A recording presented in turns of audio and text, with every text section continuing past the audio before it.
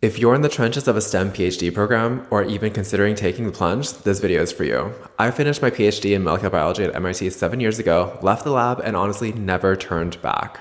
Today, I want to give you my completely honest, unfiltered answers to the common questions people have about PhDs, whether it's surviving qualifying exams to deciding whether to stay in academia or run toward industry. This is a judgment-free zone, so as we go through these, drop a question in the comments, and it might even spark our next deep dive. So now let's chat grad school. Let's start with the absolute biggest elephant in the room, the qualifying exam. My quals were hands down the most stressful experience of my entire life. The sheer anxiety of standing in front of 4 MIT professors who can ask literally any question at any time that pops into their head, that is just enough stress to keep anybody up at night. My preparation for the qualifying exam was intense. It took 3 months of methodical planning and it had 2 separate parallel tracks. First, the textbook foundation. My main study material was reading the Cell textbook cover to cover, so I had 0 blind spots across disciplines. I divided the total number of pages by 2.5 months and read that exact number of pages every single day, rain or shine, weekday or weekend, it didn't matter.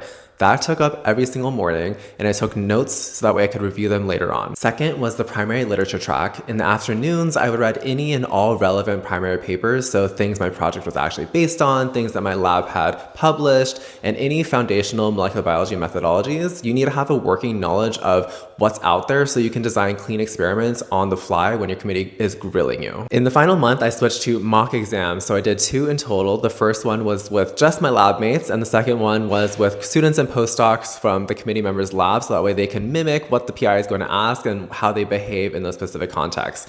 It's terrifying, but remember, the qualifying exam is meant to test your limits, but a majority of people do actually pass. So stay positive, build a schedule, and stick to it. The next question I get all the time is, when is a PhD actually considered finished? This is one of the most frustrating parts of academia because your timeline is almost entirely dictated by your PI/principal investigator. So if your PI likes you, congratulations, your road to graduation is going to be significantly smoother.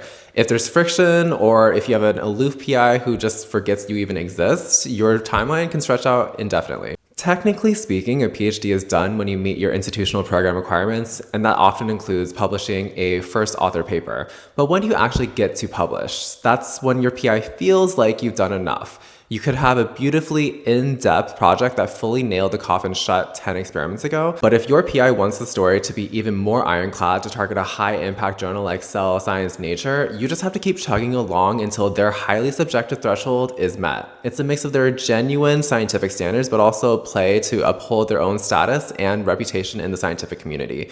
You just have to learn how to navigate that hierarchy. And that brings us to a kind of difficult pill to swallow. Does getting a PhD from a prestigious program actually increase the chances of getting published well in an academic position? And unfortunately, the short answer is yes.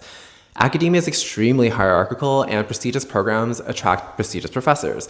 So those professors usually have established track records with top-tier journal editors, meaning their papers are often taken more seriously.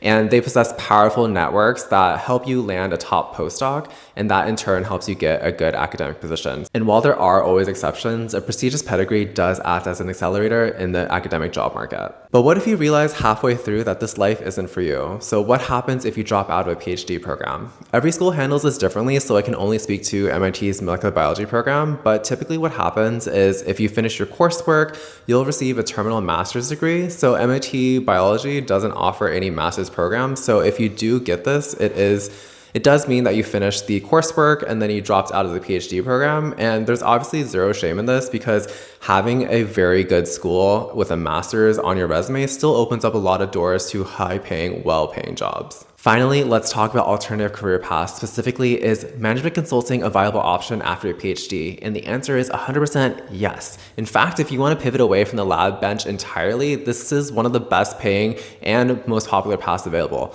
So giants like McKinsey, BCG, and Bain, they all love STEM PhD because of their quantitative and problem-solving skill sets. Most of these giant firms also offer specialized summer insight programs specifically designed for advanced degree candidates. So they range from a single weekend to up to a week, and I highly recommend checking them out, especially if you want to be able to get your foot in the door and see if this is the type of work that you like. The application process for the actual job is a little bit hairy though. It involves standard behavioral questions, but also the real hurdle is the case interview. So you have to solve and talk through complex business math problems in real time with the interviewer just hovering over you and watching all of your work. It's a very specific skill set that requires a lot of practice, so I would highly recommend looking into consulting clubs at your specific school to get your reps in early. The job hours are intense, but the pay is honestly really nice, and it does offer a rapid trajectory, and it gives you elite exit opportunities, whether you want to stay in healthcare/biotech or if you want to pivot somewhere entirely new. Completing a PhD is a monumental journey, and it completely reshapes how you look at problem solving, finances, and career progression.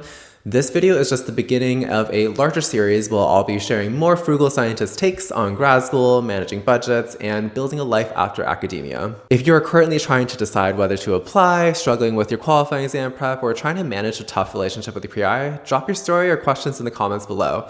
Let's turn this comment section into a resource for current students, and don't forget to hit that subscribe button, and I'll see you all in the next video.